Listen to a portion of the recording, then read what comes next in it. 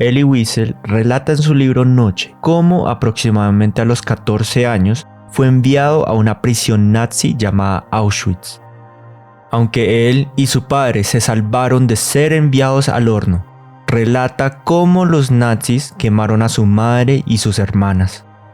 Enojado, Elie dice que cuando escuchó a su padre intentar orar y adorar a Dios, pensaba, ¿por qué debería alabar su nombre? Dios escogió estar callado.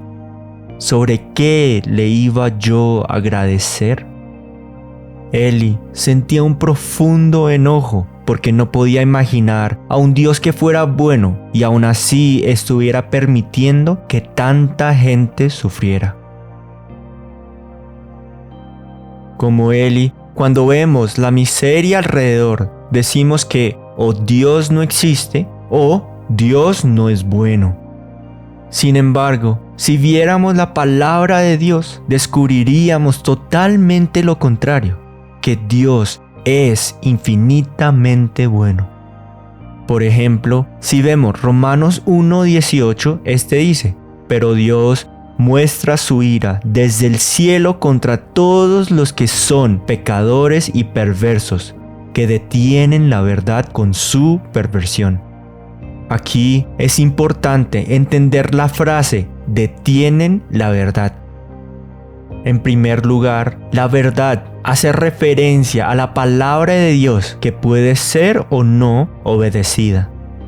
Por eso, Romanos 2:8 dice, pero derramará su ira y enojo sobre los que viven para sí mismos, los que se niegan a obedecer la verdad. En segundo lugar, la palabra detener implica suprimir o no dejarse cambiar por.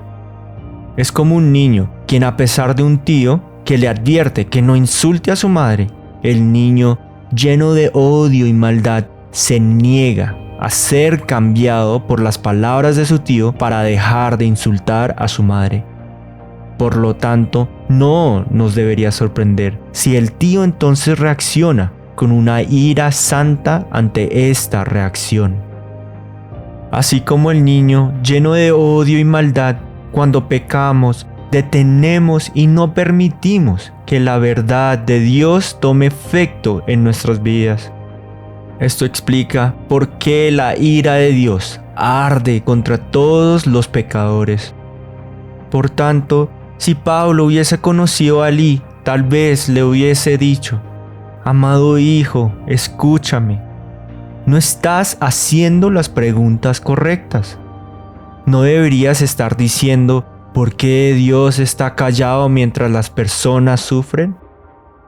No, deberíamos más bien estar preguntándonos, ¿por qué no estamos todos, incluyendo los soldados nazis, ardiendo eternamente en el infierno por nuestros pecados? ¿Por qué seguimos vivos? Adicionalmente, Pablo menciona que todo pecador merece la ira de Dios, no solo porque suprime la palabra de Dios, sino también porque forma terribles ideas distorsionadas de Dios. El versículo 21 dice, es cierto, ellos conocieron a Dios, pero no quisieron adorarlo como Dios ni darle gracias. En cambio, comenzaron a inventar ideas necias sobre Dios. Como resultado, la mente les quedó en oscuridad y confusión. A pesar de recibir inmerecidos vistazos de la profunda belleza de Dios a través de la creación, los humanos suelen más bien decir cosas como Dios no es bueno, Dios no merece mi alabanza. Él se quedó callado cuando yo estaba sufriendo. Yo merecía que Él me respondiera. Por tanto, ¿por qué he de agradecerle? Aunque parecen razonables en ese momento, a la luz de la palabra de Dios, realmente estas ideas son terriblemente necias y llenas de mentira.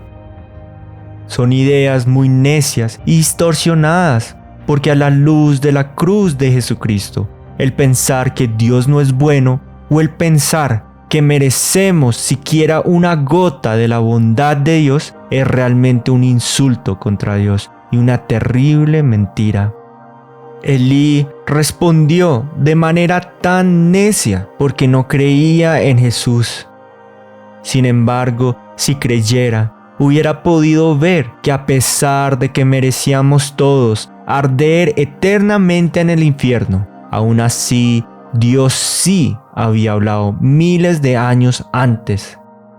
Con un infinito odio por el pecado, Dios había suprimido, es decir, no se había dejado ser cambiado por los llantos de su Hijo en la cruz para poder aplastarlo con su infinita ira.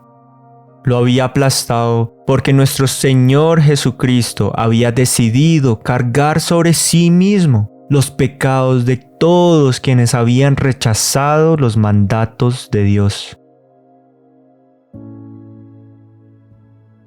Hermano, hermana, ¿cuáles son los tipos de pensamientos que se forman en nuestra mente acerca de Dios?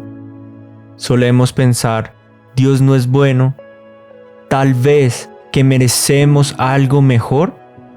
Sin embargo, si tú y yo hemos suprimido y rechazado los infinitamente buenos mandatos de Dios, ¿por qué pensamos que merecemos algo más que su castigo? Si conocemos el infinito odio que Dios demostró contra el pecado en la cruz, ¿por qué insistimos en que Dios no es bueno? Si seguimos pensando así, continuaremos sufriendo en nuestra propia y perversa oscuridad. Es necesario tapar nuestras bocas en humillación y pedirle perdón a Dios porque hemos olvidado lo poco que merecemos de su gracia. Humillémonos, pues al hacerlo no solo descubriremos cuán indignos somos de su gracia, sino también comenzaremos a poder ver cuán maravillosamente bueno es Dios. Podremos ver las inmerecidas tormentas de lluvia y de gracia que Dios de hecho ha continuamente enviado a viles pecadores como nosotros. Por tanto, arrepintámonos bajo la cruz de Jesucristo para responder diferente a como Elí respondió esa noche. Librémonos de nuestra arrogancia y de esas ideas tan necias que formamos acerca de Dios.